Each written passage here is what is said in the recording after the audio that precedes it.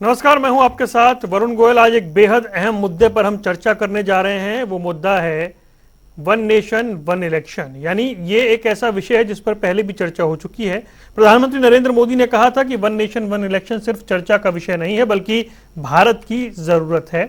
विकास कार्य से प्रभावित होते हैं, बात उन्होंने नवंबर 2020 में कही थी। और अब लगभग 3 साल बाद उस पर एक कमेटी का गठन कर दिया गया है। पूर्व राष्ट्रपति रामनाथ कोविंद उस कमेटी की अध्यक्षता करेंगे। और जैसे ये ऐलान हुआ उसके बाद लगातार बयान आने शुरू हुए। विपक्ष ने इस पर कई सवाल खड़े किए, कई सारी बातें की और उन्होंने कहा कि ये विषय अब क्यों उठाया जा रहा है। दरअसल पूरे देश में एक साथ लोकसभा विधानसभा चुनाव होने हैं, उसको लेकर के अब इस पर राजनीति भी होनी है और ये तय भी होना है कि क्या वाकई इतना आसान है, क्या ये हो पाएगा। लेकिन इसको लेकर सरकार ने कमेटी बना दी है, ये साफ हो गया है।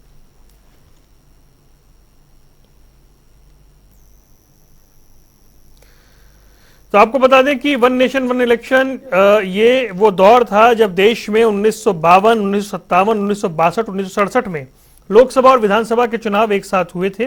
लेकिन उसके बाद विधानसभाएं भंग हुई, लोकसभा 1970 में भंग हो गई। उस वजह से देश में एक देश एक चुनाव की परंपरा टूट गई।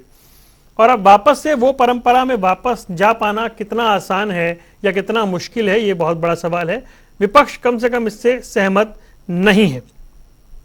हालांकि दिसंबर 2015 में लॉ कमीशन ने वन नेशन वन इलेक्शन पर रिपोर्ट पेश की थी और कहा था कि अगर एक साथ देश में लोकसभा विधानसभा चुनाव कराए जाएं तो इससे हजारों करोड़ रुपए बचाए जा सकते हैं। बार बार चुनाव आचार संहिता न लगने की वजह से डेवलपमेंट के काम पर भी असर नहीं पड़ेगा। और इन्हीं बातों को ध्यान में रखते हुए 2015 में लॉ कमीशन की ओर से यह सिफारिश की गई थी।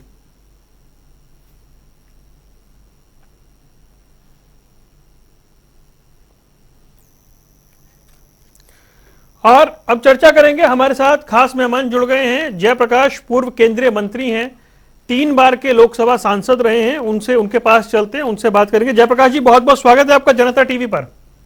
धन्यवाद जी। जयप्रकाश जी, वन नेशन वन इलेक्शन, इस पर अगर सरकार एक कमेटी बना रही है या संभावनाएं टटोल रही है तो इस पर इतना हंगामा क्यों है, पहले ये बताएं आप। देखिए, ये बार बार तजर्बे करना देश हित में नहीं है। पॉलिटिकल एक एजेंडा तो हो सकता है 24 के चुनाव को लेकर के, वरना आप देखिए 1968 तक ऐसे चुनाव होते रहे। अब आप ये देखिए, बहुत से ऐसे समय आते हैं कि कई बार सब बहुमत नहीं होता, किसी भी स्टेट में अल्पमत की सरकार होती है और कई दूसरे साथियों के सहयोग से सरकार बनती है, वो समर्थन वापिस ले ले।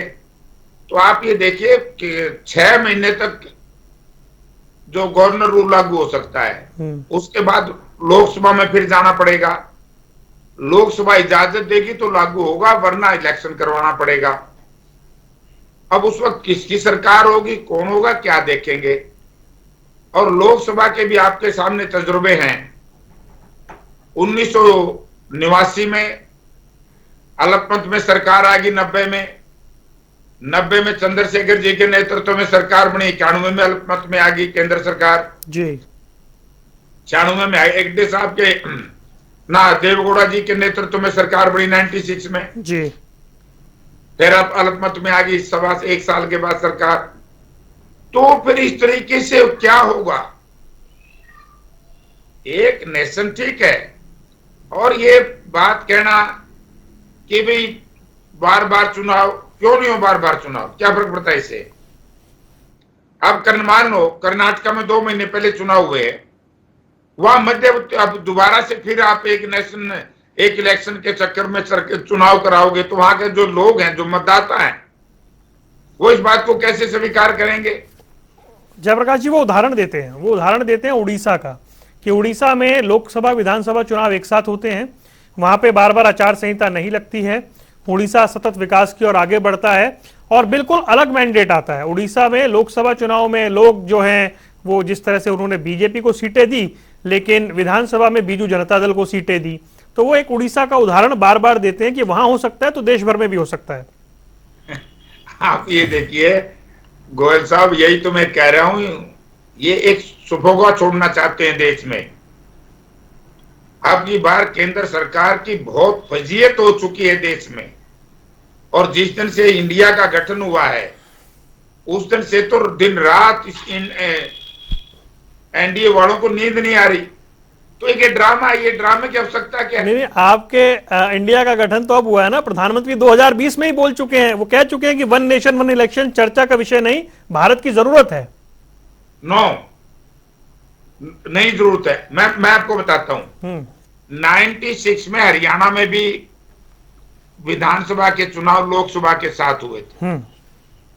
हरियाणा विधानसभा जी। हरियाणा विधानसभा बाद में टूटी, उससे पहले लोकसभा भंग होगी। पहले लोकसभा के इलेक्शन हुए, फिर विधानसभा के इलेक्शन हुए। तो इसमें क्या है? ये ड्रामा है। इससे ना तो देखो आर्थिक लाभ होता, वो तो बता रहे हैं हजारों करोड़ की बचत होगी। लॉ कमीशन ने 2015 में रिपोर्ट दी थी कि बहुत पैसा, मैन पावर बहुत बचाया जा सकता है। ना, ये झूठी बात, कुछ नहीं है। जो ये लोग कहें केंद्र सरकार वाले वही सही, हमारे क्वावती ना खाता ना भाई, जो केंद्र के लोग करें वही सही। अब जनता इसको नहीं मानेगी।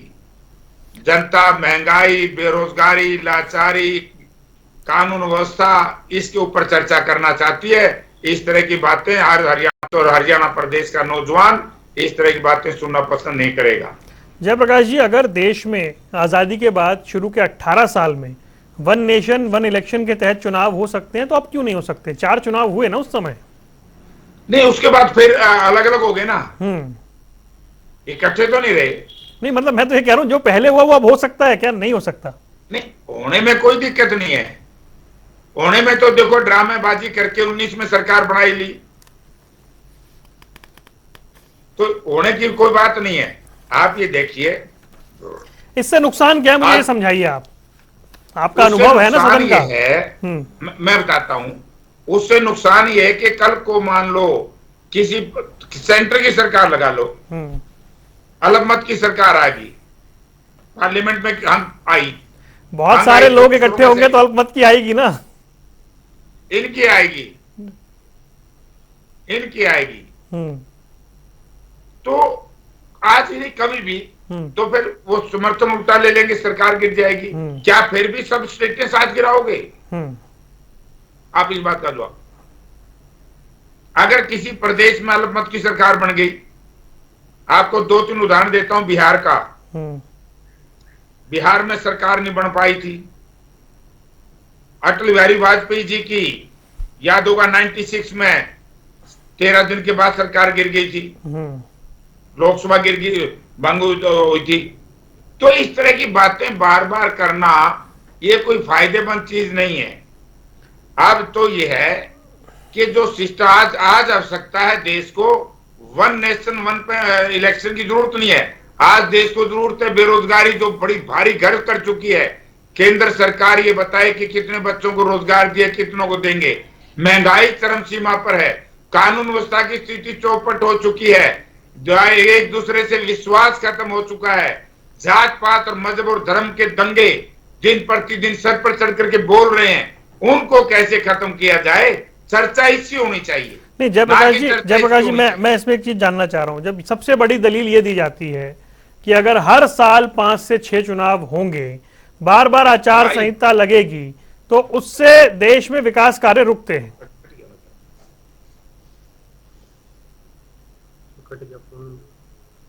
हेलो जयप्रकाश जी, आवाज मिल रही है आपको? चलिए, मैं आपका संपर्क करने की कोशिश करता हूं आपसे और फिर इस बातचीत को आगे बढ़ाएंगे। तब तक आप समझिए कि वन नेशन वन इलेक्शन ये पूरी थ्योरी है क्या, जिसको लेकर कमेटी बनी और उसके बाद ये पूरा हंगामा बरपा है।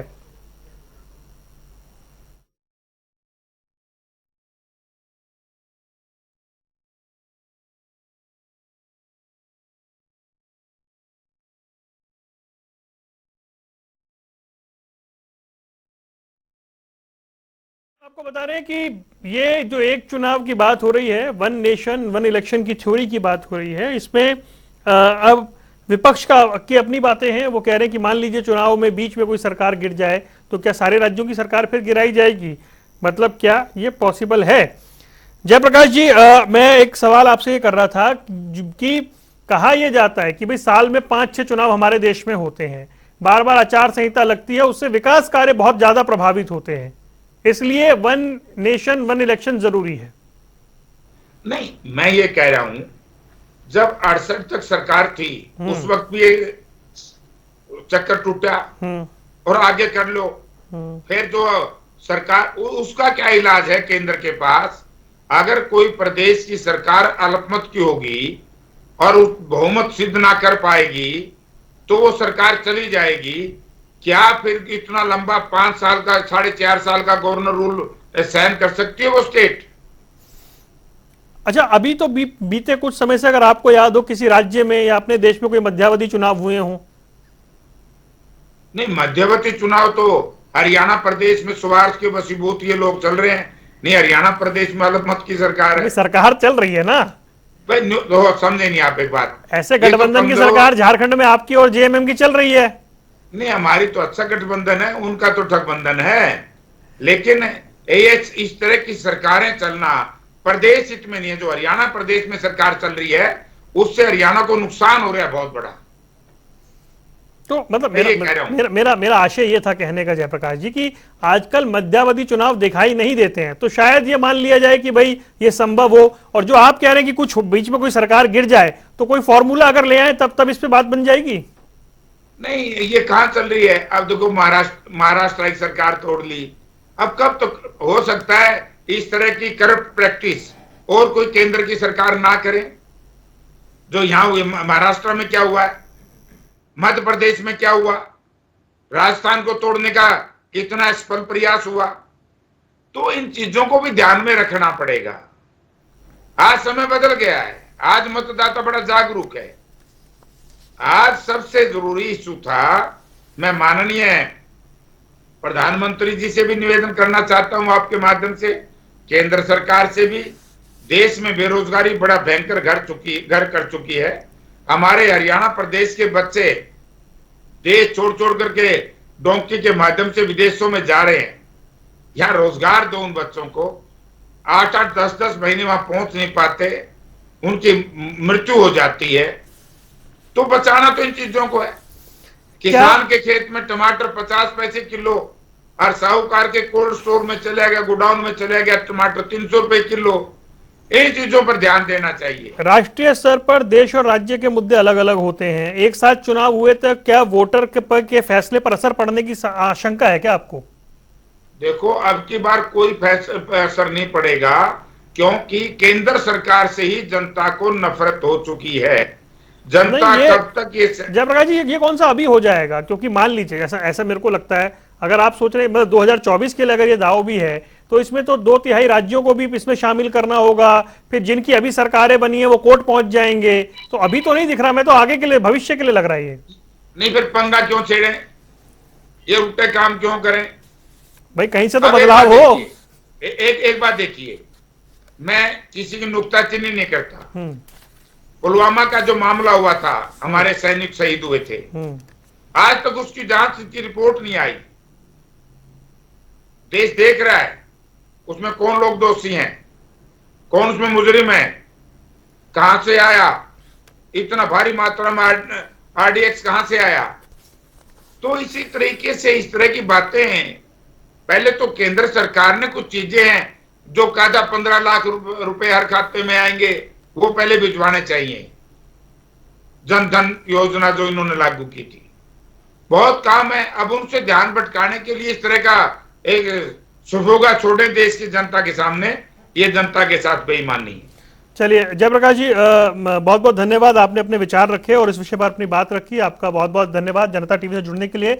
जयप्रकाश पूर्व केंद्रीय मंत्री हमारे साथ थे, जो बता रहे थे, वो कह रहे थे कि ये जो थ्योरी है ये प्रैक्टिकल नहीं है, ये लगता नहीं है कि ये हो पाएगा, बीच में सरकार गिर जाएगी तो क्या होगा। इसलिए इस समय इस पूरे मामले को छेड़ने का कोई मतलब नहीं है, वो इसे शिगुफा करार दे रहे हैं।